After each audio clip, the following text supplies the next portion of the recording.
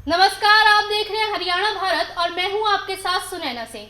हरियाणा भारत एक ऐसा digital platform है जहां पर आपको मिलेगी प्रदेश की तमाम खबरें सबसे पहले, सबसे तेज और सबसे सटीक। बुलेटिन की शुरुआत करते हैं। टोहाना इलाके में शहरी चौक के पास में प्रदर्शन कर रहे आंदोलनकारी किसानों में से किसी ने विधायक देवेंद्र बबली की गाड़ी पर हमला कर दिया, जिससे गाड़ी का शीशा टूट गया और विधायक की निजी सचिव राधे बिश्नोई को चोट आई। मामला बढ़ने के बाद विधायक को गाड़ी से नीचे उतरना पड़ा और आपसी बहस भी हुई। इसी बीच आंदोलनकारी आक्रोशित हो गए और विधायक की तरफ बढ़ने लगे। बताया जाता है कि विधायक सिटी थाने के पास से गुजर रहे थे तो वहां प्रदर्शनकारी पहुंच गए। प्रदर्शनकारियों से उन्होंने कहा कि बदमाशी नहीं करने देंगे। इस बीच कई अपशब्द भी कहे। इसको लेकर किसान हंगामा करने लगे और हिसार रोड पर जाम लगा दिया।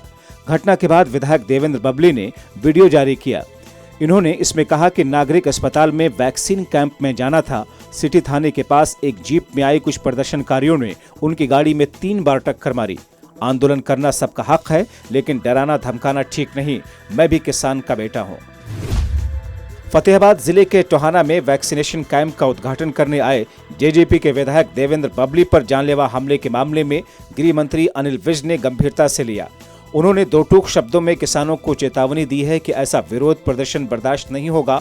किसानों को आंदोलन करना है तो करें, काले झंडे बैनर दिखाएं, लेकिन 200 मीटर दूर से। देवेंद्र बबली के विरोध और उन पर हमले को लेकर विज काफी सख्त नजर आए। सख्त लहजे में ही उन्होंने कहा कि आप किसी को कार्यक्रम में न जाने दें, घर न जाने दें, किसी को अस्पताल में रोगियों का हाल जानने न दें। आखिर ये कैसा आंदोलन है? मंगलवार को टोहाना में जो हुआ उस मामले में सख्त से सख्त कार्रवाई की जाएगी। कानून किसी को हाथ में लेने की इजाजत नहीं देता है। छत्रसाल स्टेडियम में 4 मई की देर रात हुई एक घटना ने 2 बार के ओलंपिक मेडल विजेता सुशील कुमार की जिंदगी ही बदल कर रख दी। पहले अपराधियों की तरह गिरफ्तारी के डर से अलग अलग राज्यों में भागते रहे, उस पर भगोड़ा का तमगा लग गया। बीते 9 दिनों से क्राइम ब्रांच उन्हें रिमांड पर लेकर पूछताछ कर रही है। कानून के जानकार बताते हैं, सुशील के ऊपर जो आरोप हैं, यदि वो साबित हुए और कोर्ट ने उन्हें दोषी माना तो फिर उनकी पूरी जिंदगी जेल की सलाखों के पीछे कटनी तय है। अब ये पुलिस के ऊपर निर्भर करेगा कि वो इस केस की जांच में किस तरह से सबूतों को इकट्ठा करके मजबूती से कोर्ट के समक्ष रख पाती हैं।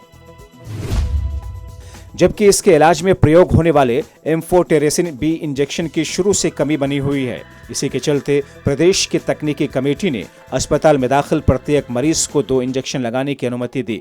हालांकि फंगस के मरीजों को वजन के अनुसार रोजाना से 4 से 6 इंजेक्शन की जरूरत होती है, लेकिन मरीजों को पूरे इंजेक्शन नहीं मिल पा रहे और फंगस तेजी से हमला करता जा रहा है।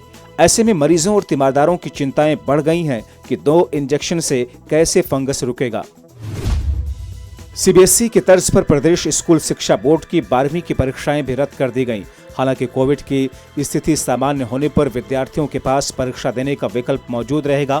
सीबीएसई बोर्ड की 12वीं की परीक्षा रद्द होने के बाद प्रदेश के शिक्षा मंत्री कंवरपाल गुर्जर ने मंगलवार देर शाम ये जानकारी दी। उन्होंने बताया कि भविष्य में प्रदेश स्कूल शिक्षा बोर्ड की ओर से ये विकल्प रहेगा कि अगर कोई छात्र परीक्षा देना चाहता है तो वो दे सकता है। गौरतलब यह है कि 10वीं की बोर्ड परीक्षाओं को पहले ही रद्द कर दिया गया है। 12वीं की बोर्ड परीक्षाओं को 31 मई तक टाला गया था। अब हरियाणा में भी 12वीं बोर्ड की परीक्षाएं। फिलहाल इस बुलेटिन में इतना ही। हरियाणा की तमाम खबरों को जानने के लिए हमारे चैनल को लाइक, सब्सक्राइब और शेयर करें। नमस्कार।